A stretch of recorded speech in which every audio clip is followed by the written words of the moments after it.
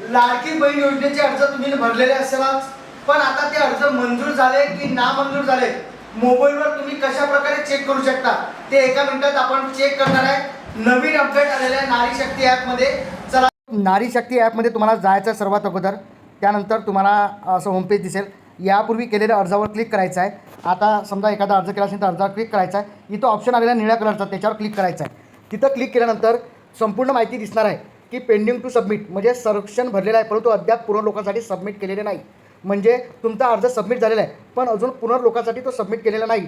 त्यानंतर असं प्रलंबित दाखवेल तुम्हाला। ॲप्रुव्हेड म्हणजे सर्वेक्षण पुनर्लोकांकडून स्वीकारला गेला आहे, सबमिटरकडून आणखी कोणती कारवाई आवश्यकता नाही। ॲप्रूव्हचं आलं तर तुमचा अर्ज मंजूर झालेला आहे। इन रिव्ह्यू म्हणजे सर्वेक्षण सध्या पुनर्लोकाकरिता मूल्यांकन केले जाते आहे।